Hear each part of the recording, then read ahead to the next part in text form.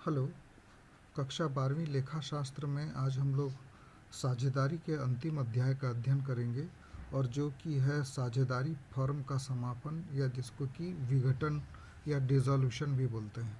और ये हमने साझेदारी का सामान्य का अध्ययन किया, नए साझेदार का प्रवेश पढ़ा, तीसरे भाग में हम लोगों ने साझेदार की निवृत्ति पढ़ा और चौथे भाग में हम लोग विघटन पढ़ते हैं, अर्थात सभी साझेदारों के बीच साझेदारी समाप्त हो जाने को विघटन बोलते हैं। उसके कुछ टर्म्स हैं। विघटन बोलते हैं किसको?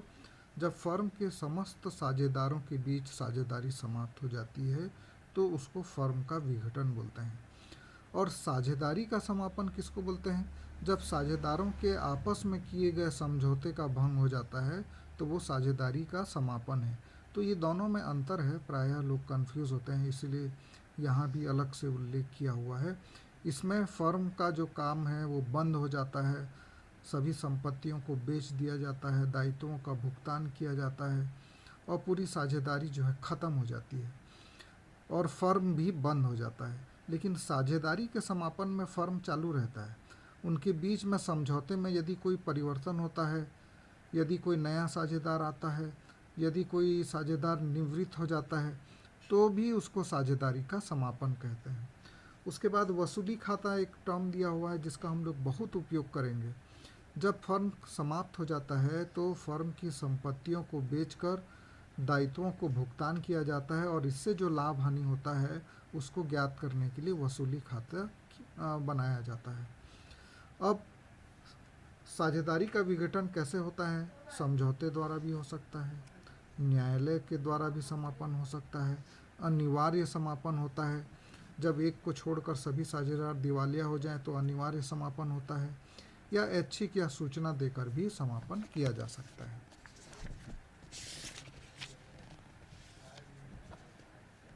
उसके बाद साझेदारी के विघटन को हम लोगों ने देख लिया। इसमें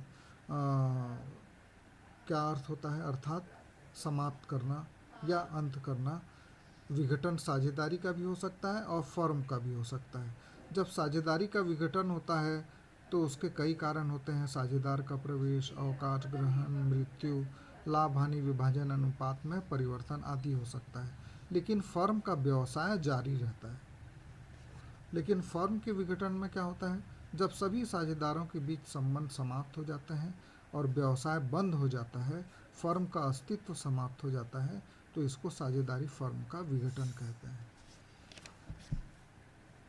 साझेदारी के विघटन और फर्म के विघटन में अंतर ये इम्पॉर्टेंट है, परीक्षा में पूछा जाता है, तो इसको आप लोग देख लें। इसमें सभी साझेदारों के संबंध नहीं टूटते और इसमें सभी साझेदारों के आपसी संबंध टूट जाते हैं। इसमें व्यवसाय समाप्त नहीं होता, इसमें अनिवार्य रूप से समाप्त हो जाता है। साझेदारी का विघटन साझेदार के प्रवेश, मृत्यु या अवकाश ग्रहण करने पर भी होता है और ये ठहराव से, अनिवार्य या न्यायालय के द्वारा होता है।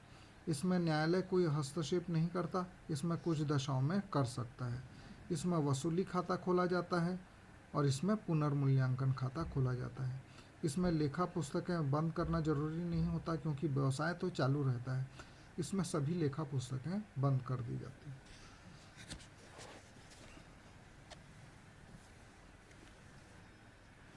साझेदारी के विघटन के कारण को भी आप लोग देख लीजिएगा। कौन कौन से कारण से विघटन होता है? जब सभी साझेदार फर्म के विघटन के लिए सहमत हो जाएं, तब साझेदारी का विघटन होता है।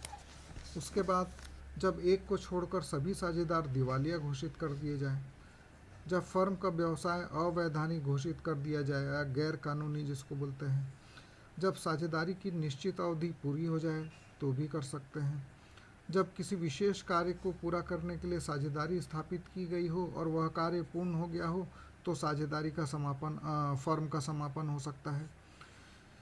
किसी साझेदार की मृत्यु या अवकाश ग्रहण करने पर, या कोई साझेदार पागल हो जाए और जब न्यायालय फर्म को किसी कारण से भंग कर दे। तो समापन की कुछ विधियां हैं फर्म के समापन की, साझेदारी की नहीं परंतु फर्म के समापन की। समझौते द्वारा समापन, जब सभी साझेदार व्यवसाय समाप्त करने के लिए सहमत हो जाएं, तब व्यवसाय जो है समाप्त कर दिया जाता है। इसको समझौते द्वारा समापन कहते हैं। अनिवार्य समापन दूसरा है, ये कौन सी दशा में होता है? जब सभी साझेदार या एक को छोड़कर शेष साझेदार दिवालिया हो जाए, कोई ऐसी घटना घटित हो जाए जो फर्म का व्यवसाय का संचालन अवैध हो जाए, जब साझेदारों की संख्या 20 से अधिक हो जाए, बैंकिंग व्यवसाय में 10, तब अनिवार्य समापन किया जाता है। उसके बाद आकस्मिक या संयोग द्वारा समापन कब कब होता है?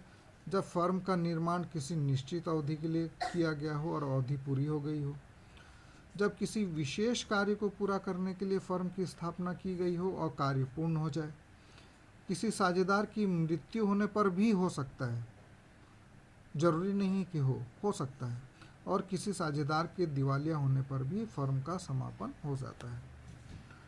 उसके बाद चौथा है ऐच्छिक या सूचना द्वारा समापन। इस स्थिति में कोई भी साझेदार दूसरे सभी साझेदारों को फर्म समाप्त करने की अपनी लिखित इच्छा की सूचना देकर फर्म को समाप्त कर सकता है। न्यायालय द्वारा भी समापन किया जा सकता है। जब कोई साझेदार पागल हो जाए या साझेदार का स्थायी रूप से अयोग्य हो जाए तो भी न्यायालय समापन का आदेश दे सकता है। और भी अन्य कारण हैं जब न्यायालय समापन का आदेश देता है। साझेदार का दुराचारी होना, अनुबंध के विपरीत कार्य करना, हित का स्थानांतरण हो, व्यवसाय में स्थायी रूप से हानि हो, या अन्य कोई न्यायोचित आधार जो न्यायालय को उचित लगे। उसके बाद हिसाब किताब का निपटारा कैसे करते हैं? धारा 48 के अनुसार याद रखेंगे, सबसे पहले फर्म की हानियों को भुगतान किया जाता है। उसके बाद पूंजी, फर्म की समस्त हानियाँ सबसे पहले लाभ में से, फिर पूंजी में से, और ज़रूरत पड़ने पर साझेदारों द्वारा व्यक्तिगत रूप से लाभ विभाजन अनुपात में नगद लाकर पूरा किया जाता है। और फर्म की संपत्ति को बेचते हैं, उसका क्रम कैसा होता है? सबसे पहले बाह्य दायित्व का भुगतान करते हैं, फिर साझेदारों के द्वारा ऋण का भुगतान करते हैं, और पूंजी के आधिक्य को तीसरे आखिरी में भुगतान करते हैं। और उसके बाद भी यदि कुछ बच जाता है तो उनके लाभ हानि विभाजन में साझेदारों को बांट देते हैं।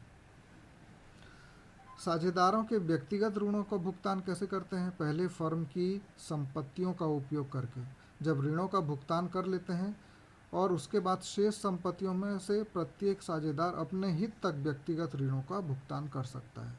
फिर साझेदारों की निजी संपत्तियों का उपयोग होता है। और खाते कौन कौन से खोले जाते हैं? सबसे पहले वसूली खाता खोला जाता है, सबसे महत्वपूर्ण खाता, पूंजी खाता, चालू खाता, साझेदारों के ऋण खाता और रोकड़ खाता। इतने खाते खोले जाते हैं। सबसे ज़्यादा महत्वपूर्ण होता है वसूली खाता, पूंजी खाता, बैंक या रोकड़ खाता। तो इसके बाद हम लोग को सीधे आप लोग आ जाइएगा पंजी प्रविष्टि में। पंजी प्रविष्टि में जो हम लोग करते हैं, पहला क्रम होता है उसका संपत्तियों का हस्तांतरण। वसूली खाता विकलन संपत्ति खाता से, एक जगह लिख लीजिएगा।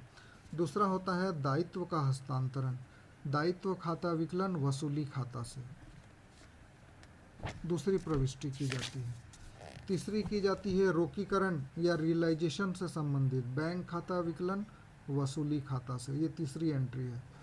चौथी एंट्री है किसी साझेदार द्वारा संपत्ति लेने पर, इसको भी तीसरे में ही लेंगे हम लोग, साझेदार का पूंजी खाता विकलन वसूली खाता से। चौथे में हम लोग दायित्व का भुगतान करते हैं, वसूली खाता विकलन रोकड़ खाता से। और उसके बाद वसूली व्यय का भुगतान किया जाता है और वसूली खाता बंद किया जाता है। उनको जो भी लाभ हानि होती है उसको साझेदारों के पूंजी खाते में डाल देते हैं। जब लाभ होता है तो वसूली खाता विकलन करते हैं और साझेदारों का पूंजी खाता समाकलन। हानि होती है तो साझेदारों का पूंजी खाता विकलन करते हैं और वसूली खाते को समाकलन करते हैं। उसके बाद कल जैसे ही हम लोग प्रश्न बनाएंगे उसके पहले आप लोग इस फॉर्मेट को अच्छे से याद कर लीजिएगा, और ये याद रहेगा तो सवाल हमारा बहुत जल्दी बन जाएगा।